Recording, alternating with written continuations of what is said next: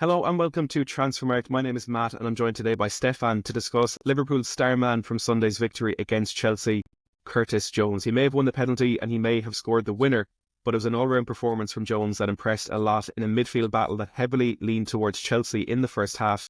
Stefan, I want to start just on that game. How impressed were you by Curtis Jones and the way he managed to take that game by the scruff of the neck? Yeah, I was tremendously impressed. I was impressed with him. I was impressed with Liverpool in general, to be honest with you. I thought Chelsea were probably their biggest threat or their biggest test of the season. I know they obviously went to Manchester United and won there, but in Arne Slot's own words, they haven't yet played a top-tier team in England yet. Not that I'm here to obviously troll My United fans, but I think they'd agree that their poor team aren't quite a top four standard just yet. But Chelsea are, and not only that, but they've also been a very attacking team. They're a team haven't struggled to score goals, and that's all been kind of fueled through Cole Palmer's goals and assists. And to put it bluntly, I thought Liverpool did a great number on them. I thought Palmer struggled to really kind of get a hold in the game. He didn't, if I'm not mistaken, he didn't register a single shot on target.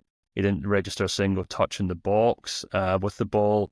And actually, from what I remember watching the game in the latter stages of the match, he actually spent much of the game kind of drifting around the middle of the pitch, almost in his own half, because he was really struggling to get on the ball in those kind of dangerous areas. And I think it was a team performance. I thought Cody Gakpo did a very kind of selfless kind of defensive role in that left wing. I thought Andy Robertson was very impressive at fullback, but I think Gravenberch and Curtis Jones in particular were both really impressive in the way that they managed to kind of get over there, keep the ball off them defensively, but also in a very attacking sense, make sure they continue to pile the pressure on Chelsea.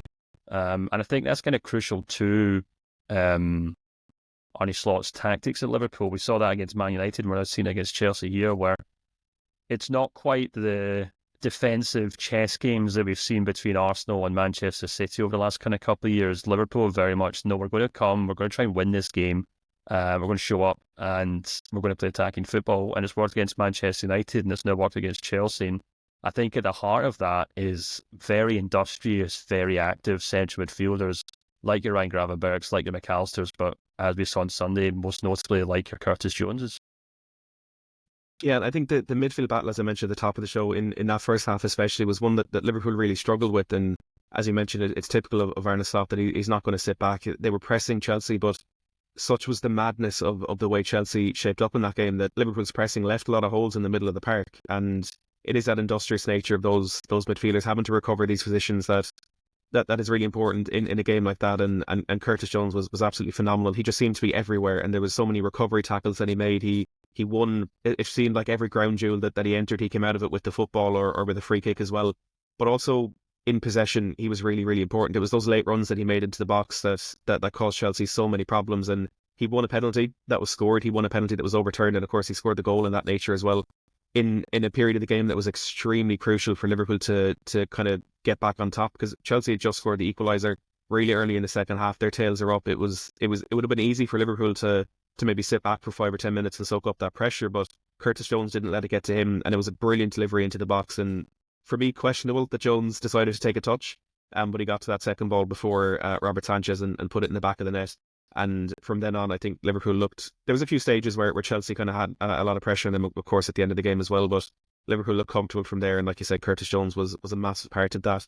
Looking at his career in a bit of a broader sense, and I want to talk about his market value, Stefan, because when he first jumped onto the scene back in 2020, 2021, his market value took a rapid rise from 5 million to 30 million euro, that is, in the space of 5 or 6 months. He did have a bit of a dip towards the end of 2022, start of 2023, but he's back now, like you said, in brilliant form. His market value is at 35 million, the highest it's ever been.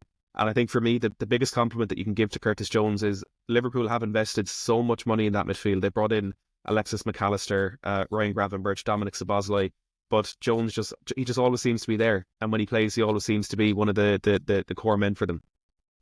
Yeah, not to mention Wataru Endo as well, who they signed for 20 million euros from Stuttgart, as well as 4 central midfielders they signed in the 23-24 season. And if you actually look at Jones's market value, you do see a kind of notable dip just before that, and I think some serious question marks over his future at Liverpool. He's obviously came through as a very exciting young player.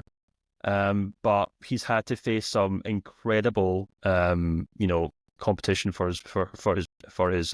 game time at Liverpool. And even before that, obviously Liverpool has some outstanding central midfielders before that. You know, Jordan Henderson, James Milner, and Fabinho as well were kind of the kind of Klopp's rock steady midfield kind of generals. And Jones obviously struggled to kind of find a role there. So he's certainly at a very kind of interesting inflection point in his career where he's got a new head coach, he's got an opportunity to impress, and he's got an opportunity to really nail down a starting role in that team.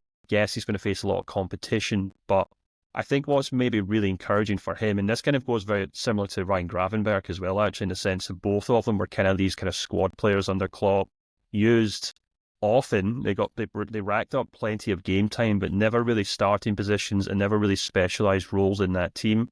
Both of them really kind of jack of all trades, but master of none. Whereas Slot seems to have a far more kind of specific role for them in mind. Gravenberch's obviously thrived under Slot, but I think we're also seeing that with Curtis Jones. And I think it was actually quite telling that he opted for Curtis Jones in a starting role against Chelsea, where he says, "No, I want to implement my tactics, and the guy who's going to do that for me is Curtis Jones in the middle of the pitch." And I think that's also credit to Curtis Jones as well. He's obviously always had the talent, he's always had the technical ability, but I think one thing he's maybe lacked is maybe the tactical acumen, or, for example, just simple aggressive pressing, which some players obviously trained at a very young age. It's something that maybe hasn't come to him because he's obviously came through the youth ranks, a very skillful player, a very attacking player. He hasn't really had to rely really on that kind of defensive, industrious side of his game.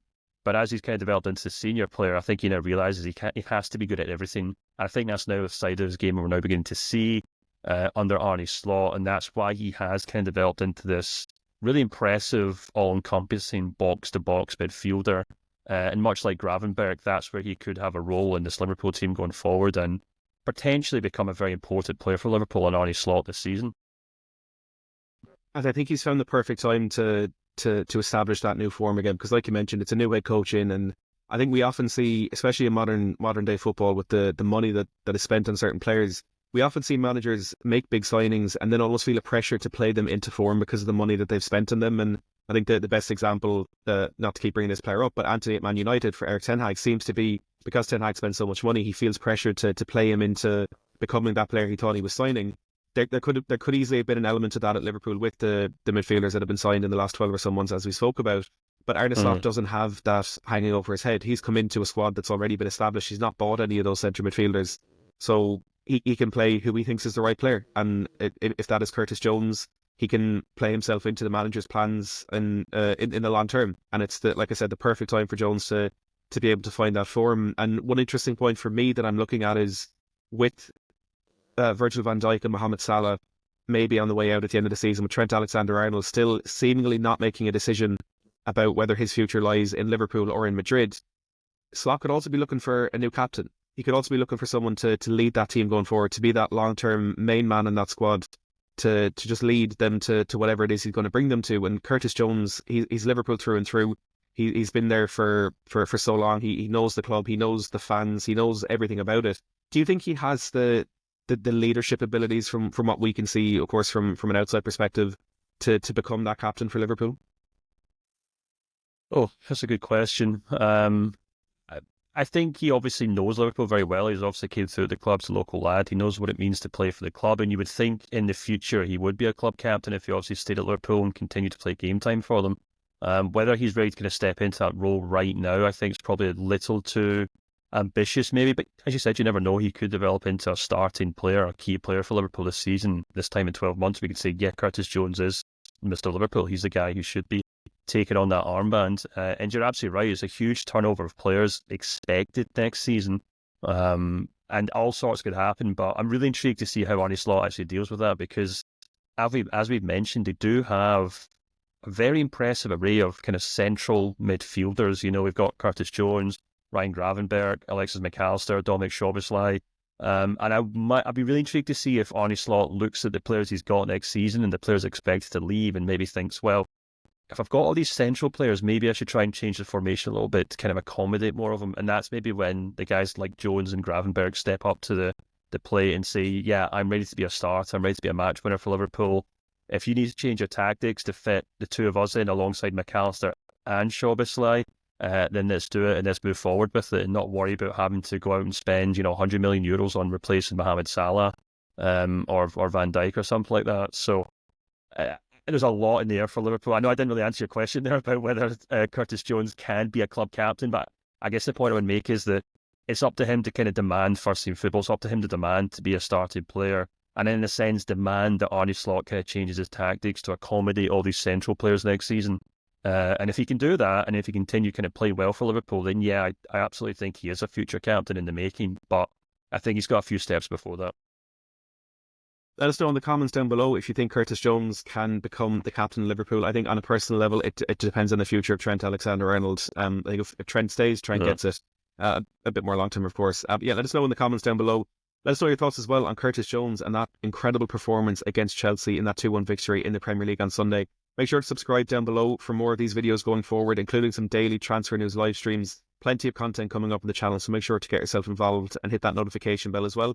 Click the like button if you have enjoyed this video. But for myself and Stefan, thanks for watching.